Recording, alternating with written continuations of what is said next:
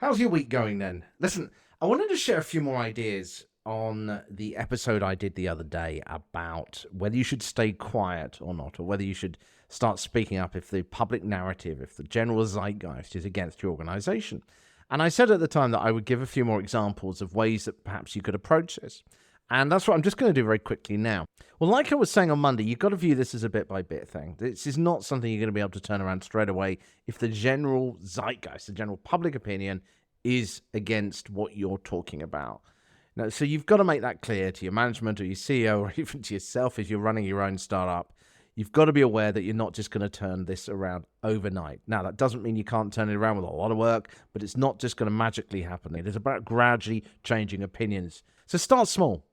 See this as a long-term campaign. I talked about Camilla Parker Bowles and King Charles in the United Kingdom. That took a good few years to do. So be aware this is going to take time. And also, particularly if you're in a small team as well, you just haven't got the resources to really make a massive impact overnight. Focus, first of all, on your evangelists.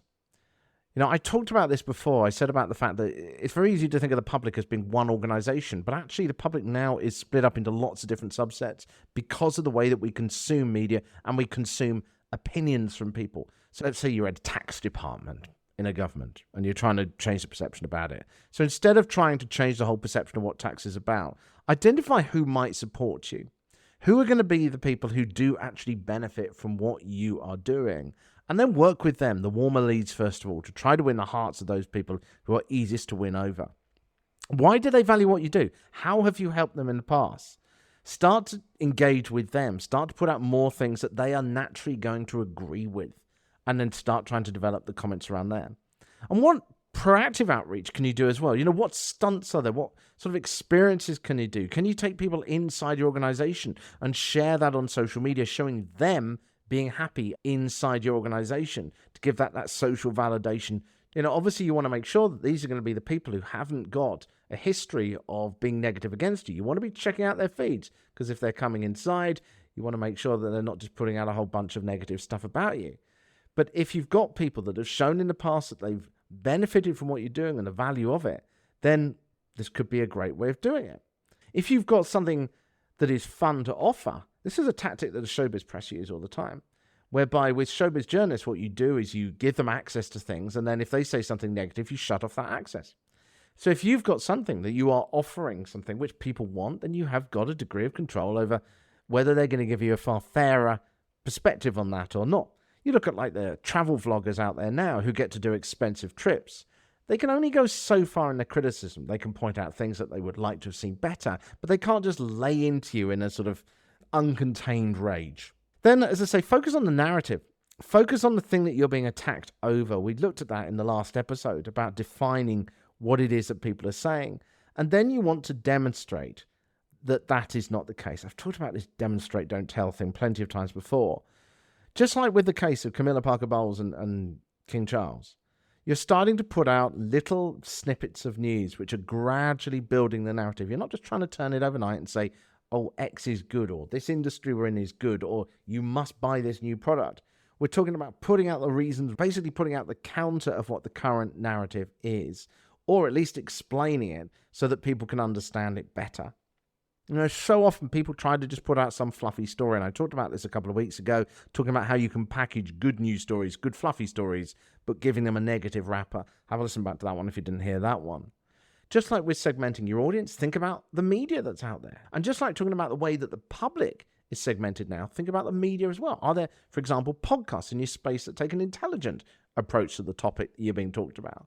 Is there a spokesperson that you've got who comes across very authentic in your organization, who can be trained to deal with these tough questions? And you go on to a good podcast, one where they ask credible questions, and you actually let them ask about these difficult things, and you make sure you've got some really good, clear answers, which demonstrate rather than tell, where you've got a clear answer that you can give to start trying to win over people in that particular niche that the podcast is appealing to. Another tactic you can use is to become part of a narrative against something else that helps to promote what you're trying to do. So you're not saying, join us, support us, but you're joining a movement against it. So, for example, a lot of people jumped on the narrative against Elon Musk's takeover of Twitter. There was a lot of criticism of that gained a lot of popularity, and a lot of organizations said, well, come and work with us instead. So it was an opportunity to not just say we're great, but by joining a narrative that was against something else, it was helping to promote those organizations. Remember, as usual, don't fuel the trolls. Trolls thrive by developing an argument, by developing a conversation. So be ready to comment on the people that support you or who give intelligent conversation, but ignore those trolls. And as usual as well, if you do have genuine complaints about something, then try and get them off the main feed and get them onto DM and treat it like customer support. A final 2 points that I wanted to raise that I didn't get into the last episode earlier this week. And that is, how can you prove the success of this kind of thing? Measurement in PR is a huge ongoing debate at the moment. And if you're not around the PR world and you're getting into PR for the first time, then this is something you do need to think about to justify the cost of what you're doing. But a starting point of that is certainly to be sharing the positive examples of where you are starting to make inroads when there's been a negative narrative, of people giving comments which show a positive side. Providing those examples to management is going to help to show them that what you're doing is starting to bear fruit. You might also want to do a survey as well with carefully selected people about their perception now and then later, and ask their reasons why they changed their view and seeing what those are. Not only will that help to provide some examples of the kind of moves you can do from a PR perspective that you could then replicate, but also, hopefully, the figures are going to show that their perception of you has increased as well. I think my main summing up point, though, is don't expect miracles. Turning around a really entrenched negative narrative about a sector or about an industry or about an organization is not going to be something you're going to turn around overnight. Accept it's the long term and start making little chips against it. As always, I would love to know if you've been involved in a situation like this, what you did to turn it around. There is no one way to do things in PR. So let me know what you did. Let's hear about your experiences. Let's get you on the show if you'd like to as well. For example, if you're from a PR agency and you would like to share some of the strategies that you used as well, I would love to get you on. All the details in the newsletter, where you can find on thepublicrelationspodcast.com, thepublicrelationspodcast.com, and you can also find the PR manual there as well. Right, I think that's enough for this week. I will be back next week with another episode. Speak to you soon. Have an absolutely awesome rest of your week.